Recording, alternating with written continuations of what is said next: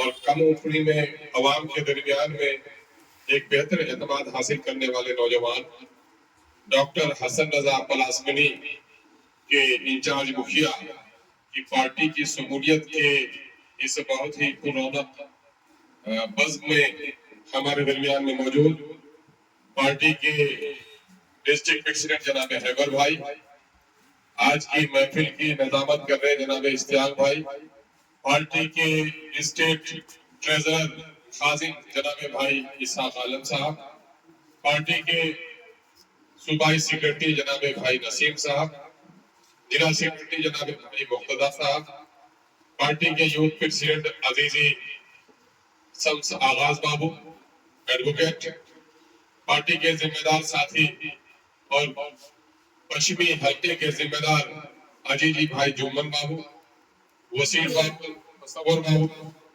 منا بابو اور پارٹی کے دیگر ساتھیوں، ہم اپنی پارٹی کی جانب سے بہادرگنج سے آج پارٹی میں شامل ہونے والے عزیزی مکھیا حسن رضا ڈاکٹر حسن رضا کا استقبال کرتا ہوں، اور ان کے ساتھ جو لوگ بھی آئے ہیں کارکنوں کی حیثیت سے، پارٹی کے شہدائیوں کی حیثیت سے، عزیزی ڈاکٹر حسن رضا کے ہمدردوں کی حیثیت سے آپ تمام تر کا استقبال کرتے ہوئے آپ سبوں کی محبت کا شکریہ ادا کرتا ہوں۔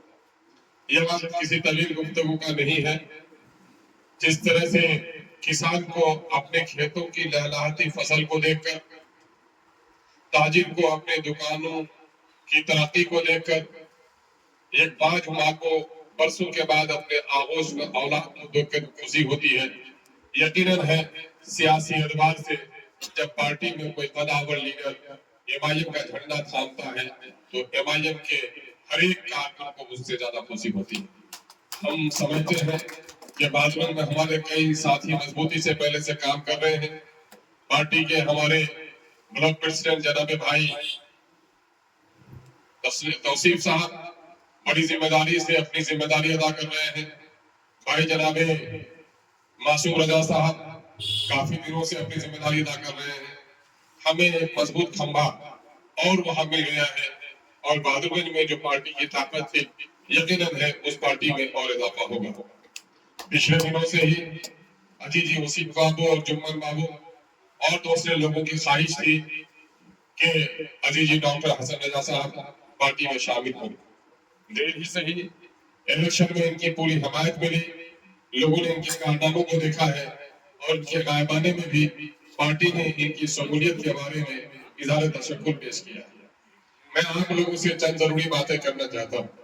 سیمانچل اپنا غریب ہے، مفلوق الحال ہے، ان پڑھ ہے، لیکن شریف حد سے زیادہ ہے، اور یہ شرافت نہ جانے ہماری شرافت ہے یا ہماری کمزوری ہے، اس کا آج تک مجھ کو صحیح طور پر اندازہ نہیں لگ سکا۔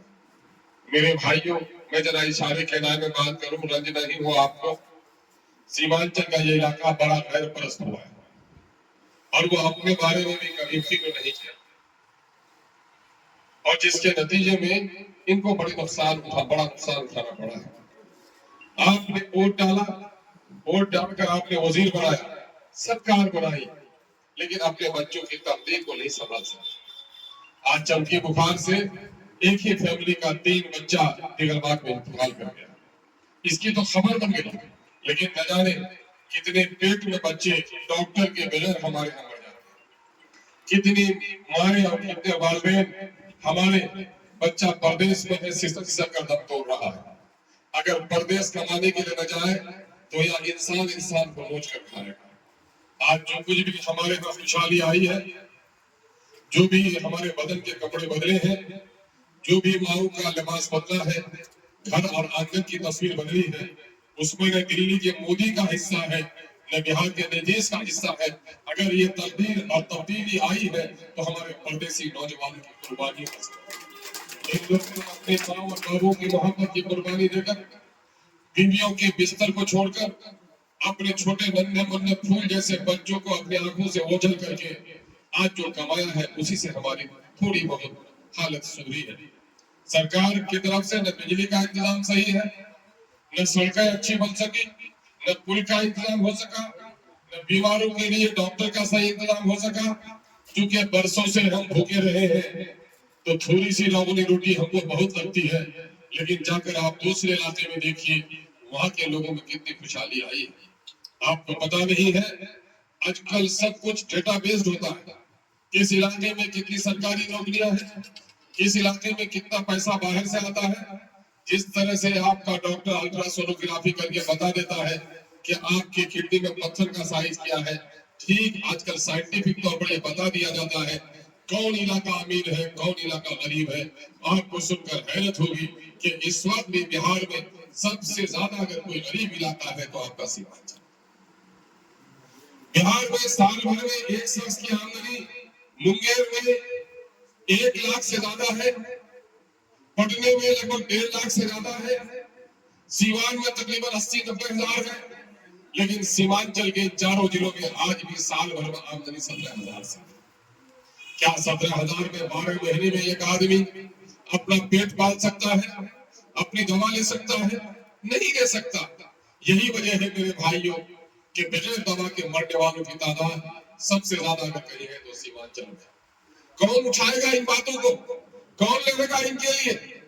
چاہے آپ کے بادلون سے ایم ایل اے بنے ہو، ٹھاکرگنج سے بنے ہو، کشن گنج سے بنے ہو، آپ اس بات پر خوش ہیں کہ ہمارا ایم ایل اے منتری بن گیا، لیکن ذرا سینے پر ہاتھ رکھ کر سوچئے کہ وہ تو منتری بن گیا، ان کا خاندان آگے بڑھ گیا، آپ کے بچوں کے لیے اس نے کیا کیا؟ کبھی بھی آپ کے بچوں کے لیے اچھے اسکول، آپ کے بستی کی اچھی سڑک، آپ کے ندیوں پر پل کے لیے ان لوگوں نے آواز نہیں اٹھائی۔ بھلا ہو بیرسٹر سعودی اویسی کو کہا کہ اللہ تبارک تعالیٰ نے اس کے سینے میں ایک دھڑکتا ہوا انسانی دل دیا ہے، جس کے دل میں اگر درد ہے تو دل کی بیماری نہیں بلکہ آپ کی بیماری اور آپ کی بدحالی کا درد ہے، جو رات و دن پورے ملک میں مسلمانوں کی دلتوں کی بدحالی کا رونا روتا ہے اور اس کے حل کے لیے آواز اٹھاتا ہے۔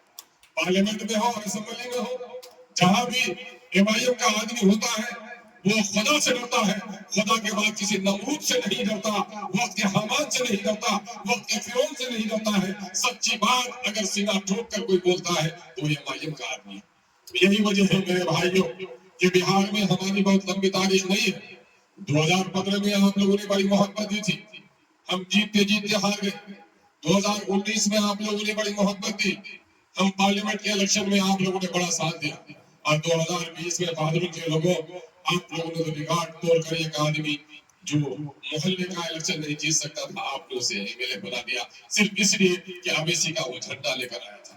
آپ کے احسان کو فراموش نہیں کر سکتے، لیکن تاریخ شاہد ہے کہ اگر کوئی آسمان کی بلندی پر تیزی سے اڑتا ہے جب ٹکراتا ہے تو چکنا چور بھی ہو جاتا ہے۔ جس نے دھوکہ دیا، کس کو دھوکہ دیا؟ بیرسٹر سعودی کو دھوکہ دیا؟ کیا اس کینڈیڈیٹ نے عبد الرحمان کو دھوکہ دیا؟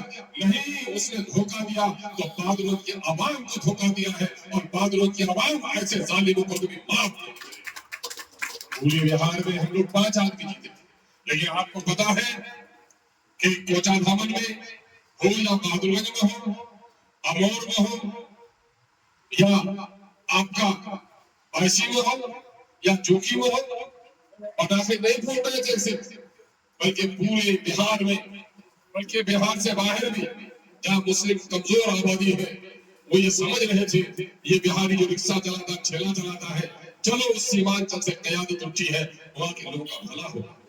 اور ان بے ایمانوں نے، ان بد اندیشوں نے، ان ضمیر فریسوں نے، ان دغابازوں نے صرف اپنے ضمیر کا سودا نہیں کیا بلکہ ہمارے اور آپ کے سپنوں کو چکنا-چور کیا ہے۔ ان کو سزا دینا ہمارا سب سے بڑی فریضہ ہے۔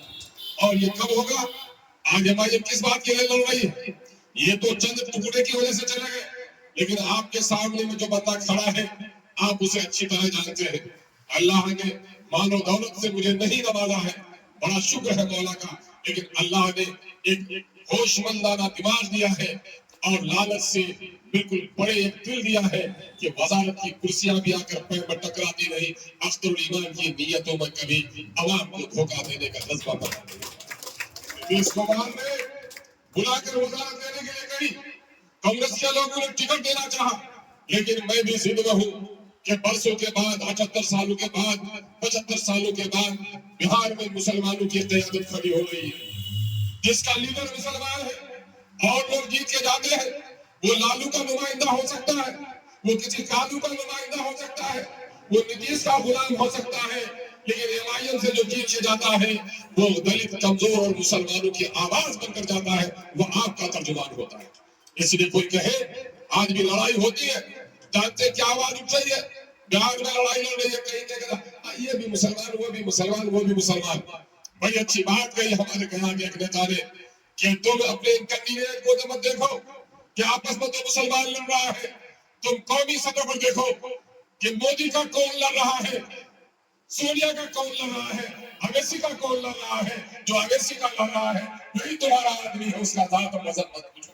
اگر آپ اپنے چاہتے ہیں ملک میں قیادت کرنے کے لیے، ہمارے بہت سارے بزرگوں کو بھی دیکھ رہا ہوں، مجھے خوشی ہوتی ہے، میں نے مثالوں سے لوگوں کو باتیں سمجھائی۔ ایک انسان کا وزن 60 کلو 70 کلو، اس کے دونوں پاؤں کاٹ دیے جائے جن کا وزن 30 کلو، لگڑا کہلائے گا، زندہ رہے گا کہ نہیں رہے گا؟ دونوں ہاتھ ان کے کاٹ دیے جائے 5 کلو اس کا وزن ہوگا، لولا کہلائے گا، زندہ رہے گا کہ نہیں رہے گا؟ لیکن گردن جس کا وزن ماتھے کا 3 کلو 4 کلو وہ کاٹ دیا جائے تو وہ زندہ نہیں، وہ لاش ہے۔ جس طرح جسم میں گردن نہیں تو وہ لاش ہے، جس طرح جسم میں سر نہیں تو وہ لاش ہے۔ جس قوم کا کوئی سردار نہیں وہ قوم کی لاش ہے۔ اس لیے آج ہماری جو لڑائی ہے وہ لڑائی دست و بازو بچانے کی نہیں ہے، اپنے گردنوں کو بچانے کی ہے۔ سب کی آواز کوئی اٹھائے گا تو گردن ہی سے آواز نکلے گی، اور گردن نہیں تو وہ لاش ہے، وہ قوم غلام ہے۔ اور آج یہی وجہ ہے کہ مولانا اسرار الحق قاسمی صاحب رحمۃ اللہ علیہ ایک عبقری عالم دین، یہ غیور مسلمان، ایک فقیر انسان، لیکن جب طلاق کا کالا قانون آیا پارلیمنٹ میں تو سونیا نے اسے بولنے کی اجازت نہیں دی، کانگریس نے اسے بولنے کی اجازت نہیں دی۔ میرے بھائیوں، اگر آپ کا اپنا نیتا ہوتا تو ضرور بولتا، لیکن کہیں نہ کہیں کانگریس نے اسے مجبور کیا۔ مولانا کو انتقال کرنا تھا، انتقال مجھے بھی کرنی ہے، ورنہ آپ کو بھی نہیں ہے، لیکن یقیناً میں سمجھتا ہوں یہ کانگریسی سمجھے میں نہیں سمجھے، ان کے خاندان کے لوگ سمجھے میں نہیں سمجھے، لیکن میرا دل کہتا ہے کہ مولانا کے مرنے کا سبب اس کی بیماری نہیں ہوگی، لیکن مولانا کی موت کا بڑا سبب یہ صدمہ بھی رہا ہوگا کہ شریعت پر ظلم ہو رہا تھا اور مولانا کو لب کھولنے کی اجازت نہیں دی۔ یہ غم سب سے بڑا ہوگا۔ کیا ان لوگوں نے جن لوگوں نے ہمارے ساتھ دغا کی ہے، کیا ایسے لوگوں کو برداشت کریں گے؟ سنو، صرف مندروں کے تعمیر سے کوئی اچھا ہندو نہیں ہو سکتا، مسجدوں کی تعمیر سے کوئی اچھا مسلمان نہیں ہو سکتا، گرجا گھروں کی تعمیر سے ہی کوئی عیسائی نہیں ہو سکتا، بلکہ جب تک وہ اپنے افراد کو، اپنے سماج کو اچھا نہیں بنائے وہ اچھا انسان نہیں ہو سکتا۔ یہ بھائی آپ کے اطمینان میں یہ کہنے کے لیے آئی ہے کہ آج ہماری مقدس چہرے جن کے چہرے پہ داڑیاں ہیں، یہ نورانی چہرے جب آج ٹرین میں جاتے ہیں تو رومال سے ڈھک کے جاتے ہیں کہ کہیں اسے مسلمان نہ سمجھے۔ عمر بھر جسے سمجھے دن میں 24 گھنٹے جن کے سر پر ٹوپی رہی، آج وہ بھی ٹرین میں جاتا ہے تو ٹوپی سمیٹ کر جاتا ہے، آپ کا بچہ کنگن پہن کر جاتا ہے، اپنا نام نہیں بتا پاتا ہے۔ مسلمانوں، اس ملک میں لال قلعہ آپ کے خاندانوں نے بنایا، تاج محل آپ کے باپ کی میراث رہی ہے، لیکن آج اس ملک میں اتنے خوف میں جی کیوں رہے ہو؟ کیوں رہے ہو؟ کیا مسجدوں کی تعداد کم ہو گئی؟ مدرسوں کی تعداد کم ہو گئی؟ علماء کی تعداد کم ہو گئی؟ نہیں، آزادی کے وقت سے زیادہ ہماری مسجدیں بڑھی ہیں، اور مسجدوں کا مینار بادلوں سے ٹکرانے لگا ہے۔ علماء کی تعداد بڑی ہے، مدرسے بڑے ہیں، لیکن مسلمانوں کی آج بدحالی ہے، مسجدیں توڑی جا رہی ہیں، مدرسے جلائے جا رہے ہیں، بچوں کے نقاب جھاڑے جا رہے ہیں، داڑیاں نوچی جا رہی ہے، ٹوپیاں اچھالی جا رہی ہے، نمازوں پر پابندی لگ رہی ہے، نماز کی حالت میں لات مارا جا رہا ہے۔ اس کی ایک وجہ اور ایک وجہ ہے کہ پارلیمنٹ اور اسمبلی میں آپ کا کوئی نیتا، آپ کا کوئی لیڈر نہیں ہے۔ دوسری پارٹی کے غلاموں کو جو آپ نے لیڈر سمجھا ہے وہ آپ کا کبھی لیڈر نہیں ہو سکتا۔ ان لیڈروں کو لیڈر سمجھ کر ہم نے اپنے آپ کو تباہ و برباد کیا۔ اس لیے آج ہماری جو لڑائی ہے وہ لڑائی یہی ہے، ہم آدھی روٹی کھائیں گے، پیسے میں نہیں بہ جائیں گے، الیکشن میں چندہ کے نام پر مسجدوں کا دھندا نہیں کریں گے۔ جو قوم زمین کا سوداگر ہوتی ہے وہ قوم دنیا میں کبھی عزت کے ساتھ نہیں رہ سکتی۔ آج الیکشن کے زمانے میں غریبوں کے گھروں پر جاؤ، ایک ووٹ نہیں بک سکتا ان کا، لیکن مسلمان آج کہیں نہ کہیں، ہمارے سادہ لوگ کہیں نہ کہیں اپنے ووٹ کا سودا کر لیتے ہیں۔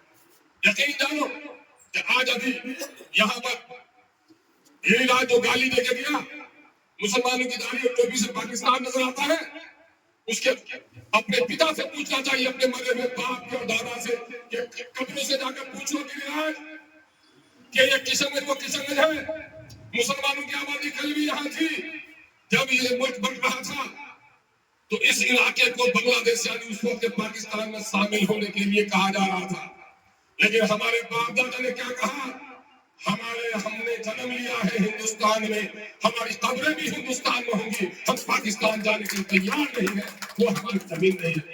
اور آج یہاں کر آ کے کہتے ہو کہ یہاں پر بنگلہ دیشی ہے، یہ کیوں کہہ رہا ہے؟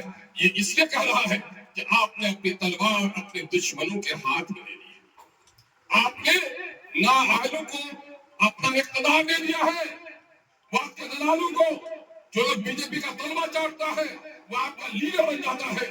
بی جے پی کا تلوا چاٹ کر وقت کا کوئی بڑا سے بڑا دیندار بھی ہو آپ کا لیڈر بنے گا، وہ منافق ہو سکتا ہے، آپ کا ہمدرد نہیں ہو سکتا۔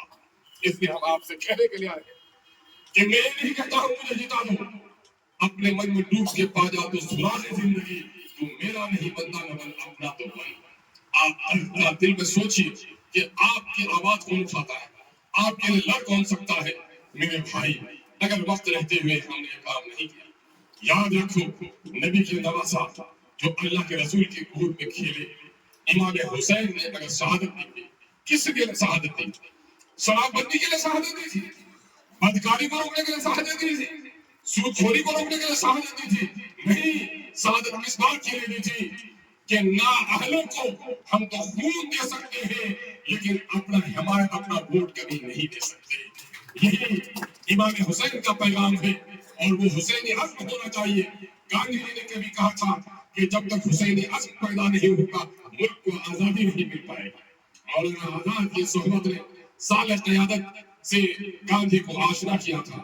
آج میں آپ سے کہنا چاہتا ہوں میرے بھائیوں، جب ہمارے گیا میں، جب ہمارے جہان آباد میں، جب منگیا میں، جب چھپرا میں میری کسی بیٹی کی عزت سنتی ہے، میری کوئی بہن پہ آبرو ہوتی ہے، تو آج سب سے پہلے اس کی آواز کہیں آتی ہے تو آپ کے کشن میں وہ آواز آتی ہے، یہ ہمارے کے سکھوں کے سپاہیوں کے پاس اس کے رونے کی آواز آتی ہے۔ وہ لوگ جانتے ہیں کہ بہار کی اسمبلی میں ان کے بستی کا لیڈر جو بظاہر مسلمان ہے وہ ان کی ہمدردی میں آواز نہیں اٹھا سکتا۔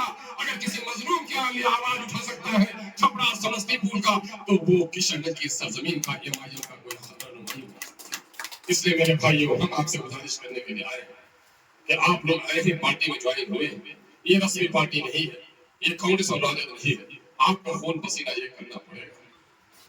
یہ آپ اپنے بچے کے بخار کے لیے جس طرح پریشان رہتے ہیں، رات بھر نہیں سوتے، ٹھیک اس طرح سے اس پارٹی کو آگے بڑھانے کے لیے آپ کو لڑنا پڑے گا۔ اور جتنے منصوبے آپ کے خلاف بن گئے ہیں، یہ امت شاہ جی یہاں پر دیکھ کے گئے ہیں آپ کو، دلیپ جیسوال جی نے آپ کے گھر کا رستہ کو سب کو دکھا دیا ہے، گری راج جی ابھی اسی کا مہمان بن کر آئے تھے، جن کو ہم لوگ مہمان سمجھتے ہیں وہ ہمارے ساتھ دشمنی کرتے ہیں۔